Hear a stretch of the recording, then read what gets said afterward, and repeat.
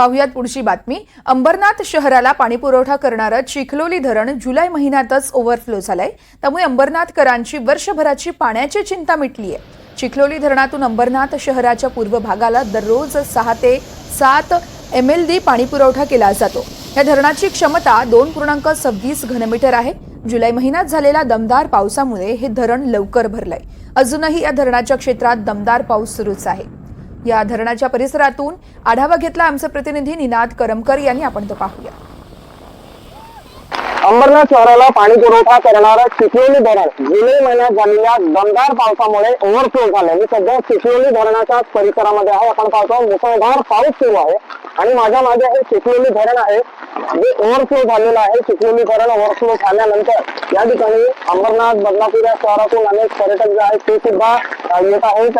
चिखलोली धरणातून अंबरनाथ शहराला जवळपास 6 MLD पाणी पुरवठा दररोज केला जातो आणि चिखलोली धरण भरल्यामुळे अंबरनाथ शहराची पुढच्या वर्षभराची पाण्याची चिंता जी आहे ती मिटलेली आहे। दरवर्षी चिखलोली धरण जुलै महिन्यामध्ये भरत असतं। अंबरनाथ शहराला चिखलोली धरण त्याचप्रमाणे MIDC यांच्याकडून पाणी पुरवठा केला जातो। चिखलोली धरणातून अंबरनाथ शहराच्या पूर्व भागाला प्रामुख्याने पाणी पुरवठा केला जातो आणि आता चिखलोली धरण जे आहे ते भरलेलं आहे। धरण क्षेत्रात अतिशय मुसळधार असा पाऊस सुरू आहे आणि त्यामुळे अंबरनाथ शहराची पाण्याची चिंता जी आहे ती मिटलेली आहे।